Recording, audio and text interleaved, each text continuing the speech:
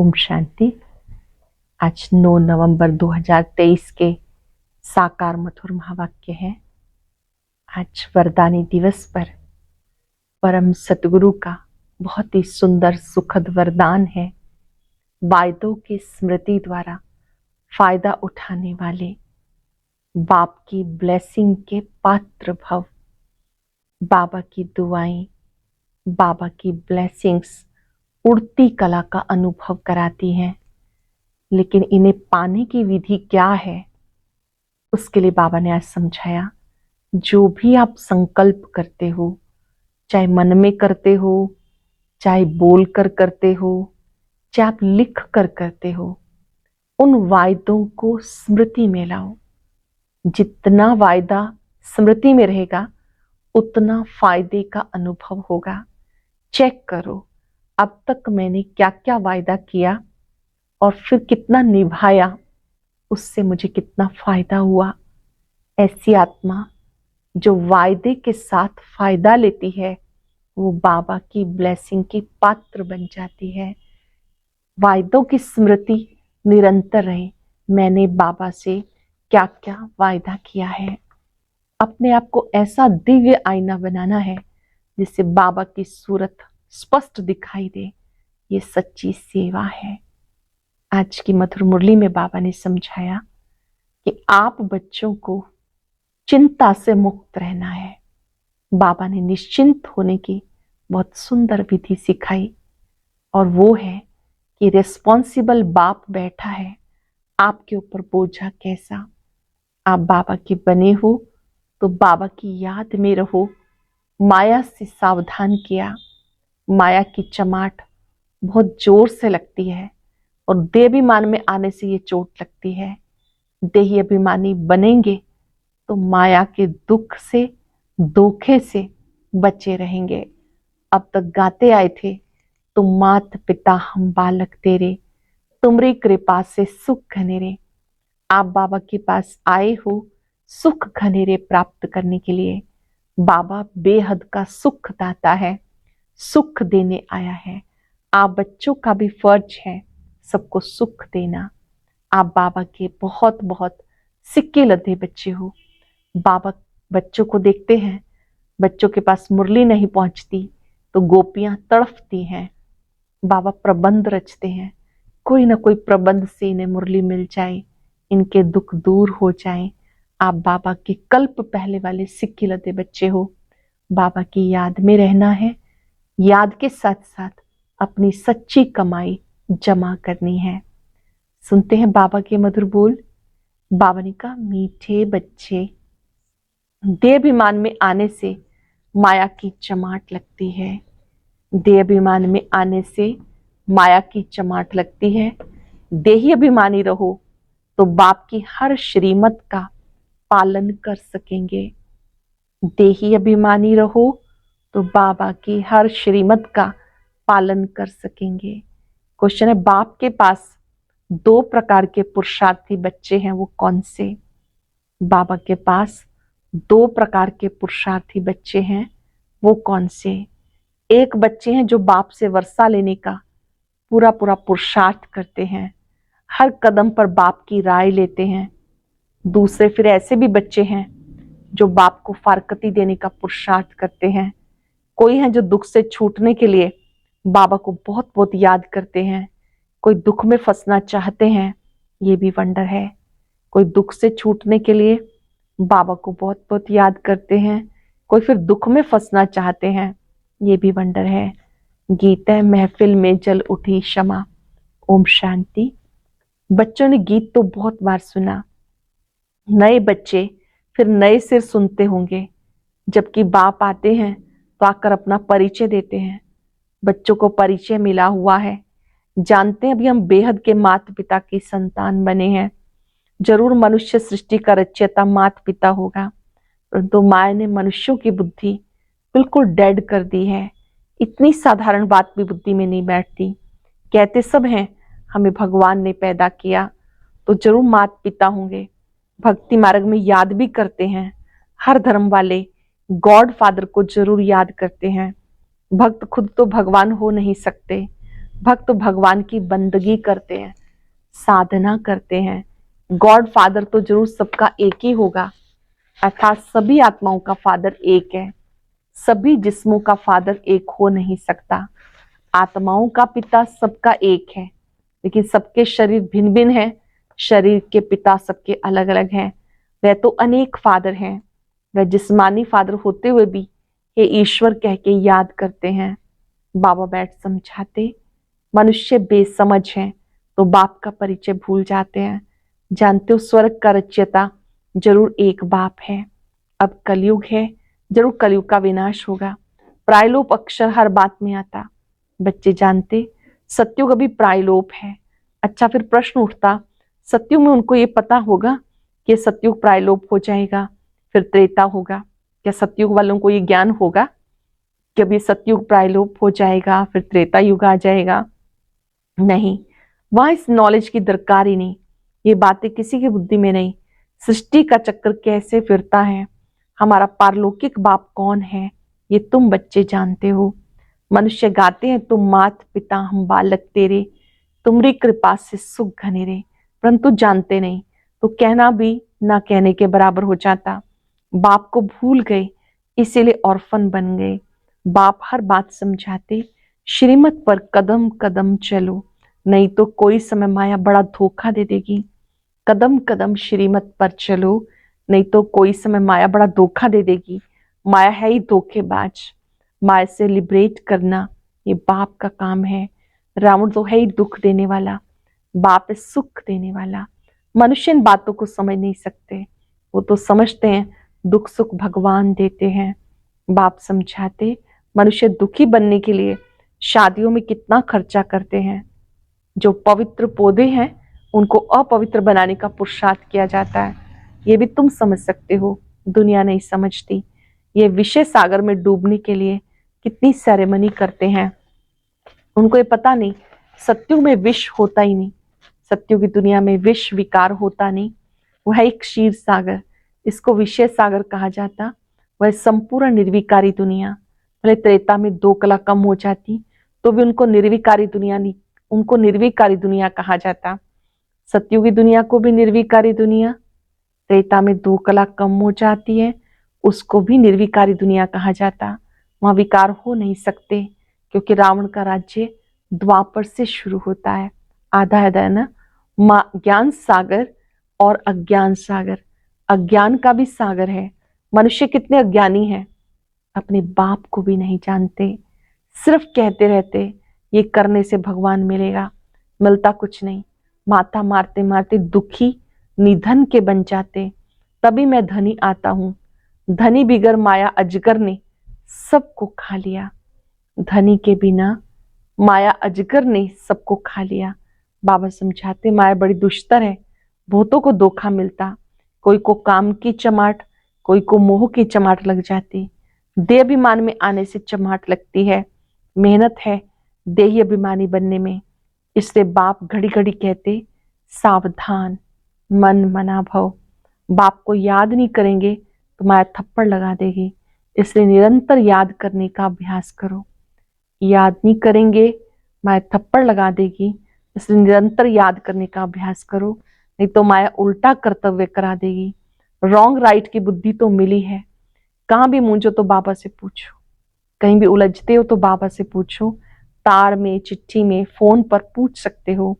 Phone सवेरे सवेरे झट मिल सकता है, क्योंकि उस समय सिवाय तुम्हारे बाकी सब सोए रहते हैं, तो फोन पर तुम पूछ सकते हो। दिन प्रतिदिन फोन आदि की आवाज भी सुधारते रहते, परंतु गवर्नमेंट है गरीब तो खर्चा भी ऐसे ही करती। इस समय सब जड़जड़ीभूत अवस्था वाले हैं, तमो प्रधान हैं। फिर भी खास भारतवासियों को रजो तमोगुणी क्यों कहा जाता? क्योंकि ये सबसे ज्यादा सतो प्रधान थे। दूसरे धर्म वालों ने ना तो इतना सुख देखा है ना दुख देखना है। ये अभी सुखी हैं तभी इतना अनाज आदि भेजते रहते। उनकी बुद्धि रजो प्रधान है। विनाश के लिए कितनी इन्वेंशन करते हैं, परंतु उनको ये पता ही नहीं पड़ता। इसलिए उनको बहुत चित्र आदि भेजने पड़े तो कि उनको पता पड़े। आखिर समझेंगे ये चीज बड़ी अच्छी है, इन पर लिखा हुआ है गॉड फादरली गिफ्ट। जब आफत का समय होगा तो आवाज निकलेगा, फिर समझेंगे बरोबर ये हमें मिला था।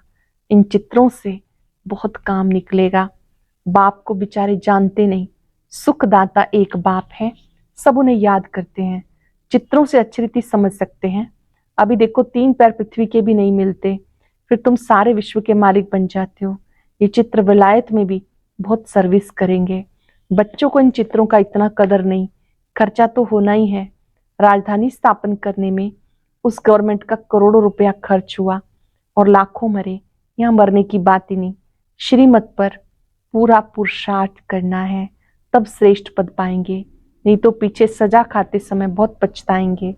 ये बाप भी है तो धर्मराज भी है। पतित दुनिया में आकर बच्चों को 21 जन्म के लिए स्वराज्य देता हूं। अगर फिर कोई विनाशकारी कर्तव्य किया तो पूरी सजा खाएंगे। ऐसे नहीं, जो होगा वो देखा जाएगा, दूसरे जन्म का कौन बैठ विचार करे। ऐसे भी कुछ लोग कहते हैं कि जो होगा देखा जाएगा, दूसरे का क्यों विचार करे। मनुष्य दान पुण्य भी दूसरे जन्म के लिए करते हैं। तुम अब जो करते हो वो 21 जन्म के लिए, वो जो कुछ करते हैं अल्पकाल के लिए। एवजा फिर भी नरक में ही मिलेगा। तुम्हें स्वर्ग में एवजा मिलना है, रात दिन का फर्क है।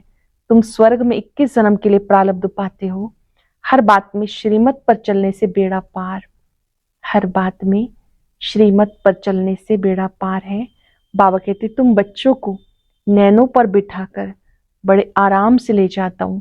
तुमने बहुत दुख उठाए, अब कहता हूं मुझे याद करो। तुम अशरीरी आए थे, फिर वापस जाना है। ये तुम्हारा अविनाशी पार्ट है। इन बातों को कोई भी साइंस घमंडी समझ नहीं सकते।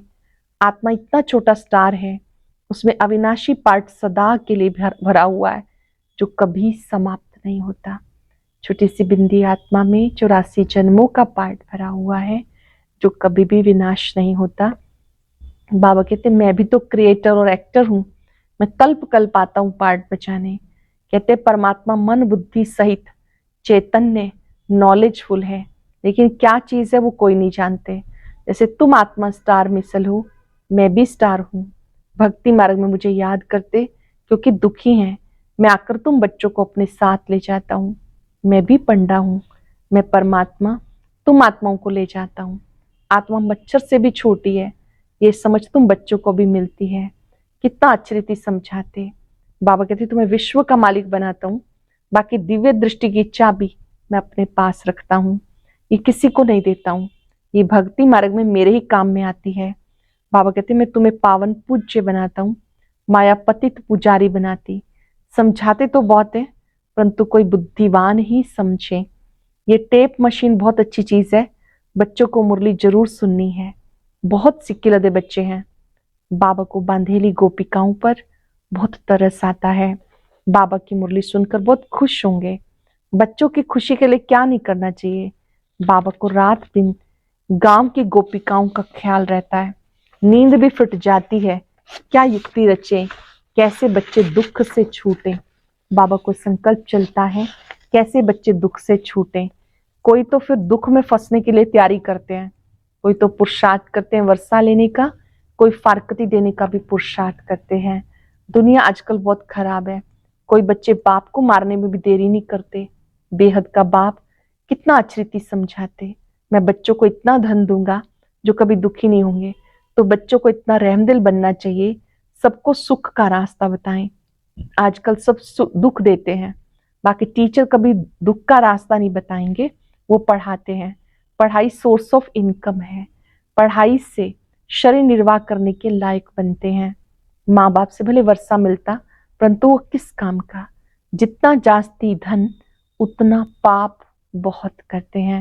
नहीं तो तीर्थ यात्रा करने बड़ी नम्रता से जाते हैं, परंतु कोई कोई तो तीर्थ यात्रा पर भी शराब ले जाते, फिर छिपा कर पीते हैं।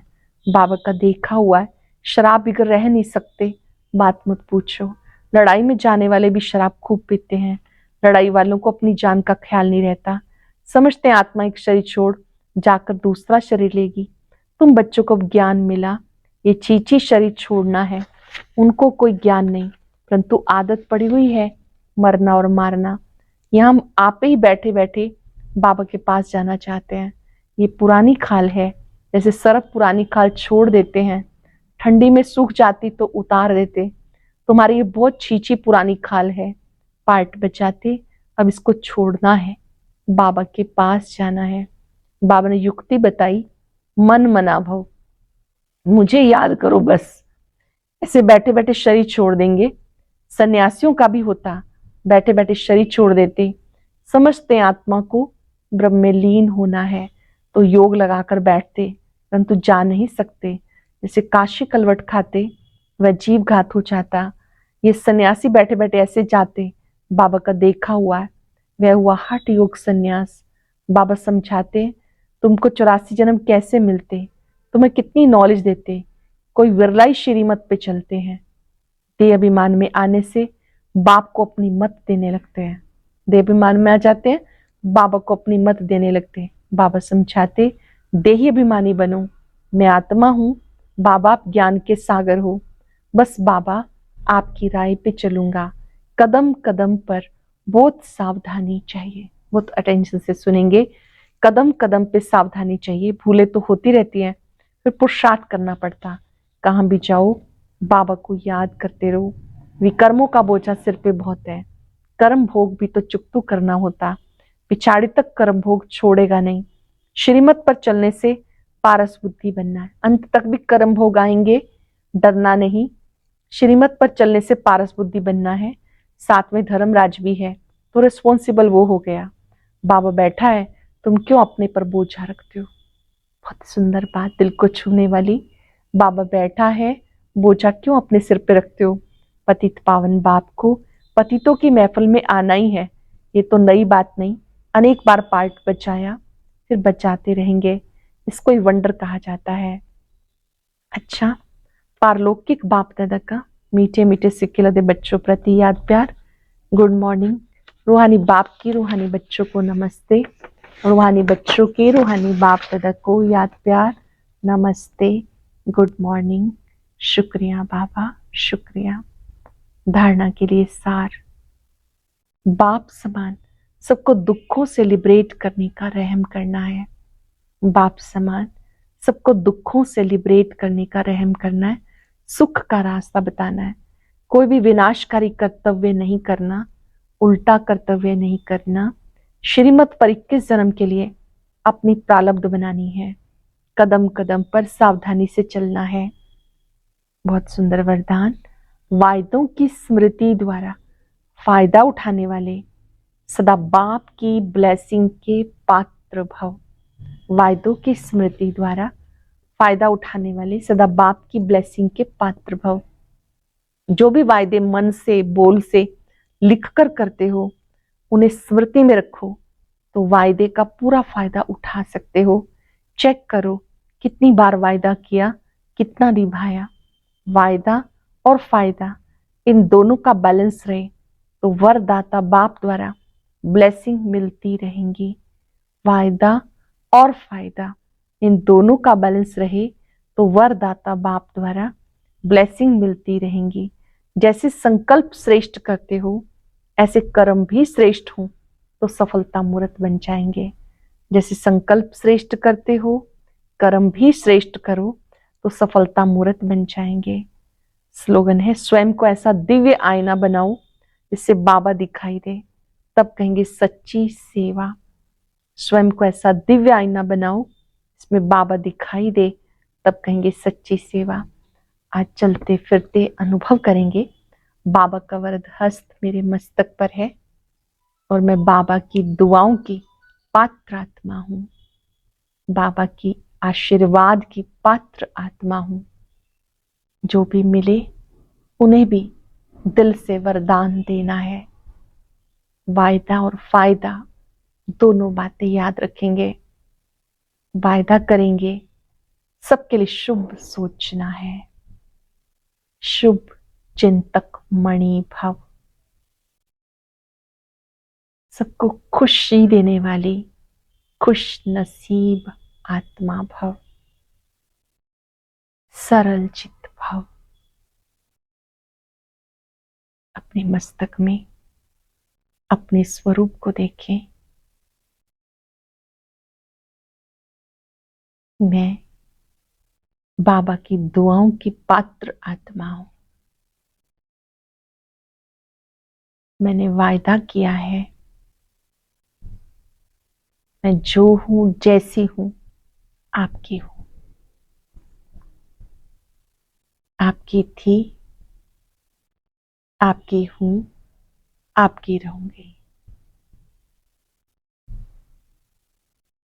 बाबा की शक्तियों को अपने में आता अनुभव करें।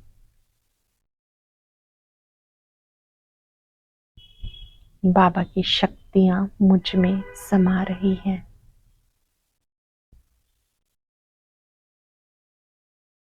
इन शक्तियों में भी ब्लेसिंग्स हैं। शुक्रिया बाबा, शुक्रिया, शुक्रिया। ओम शांति।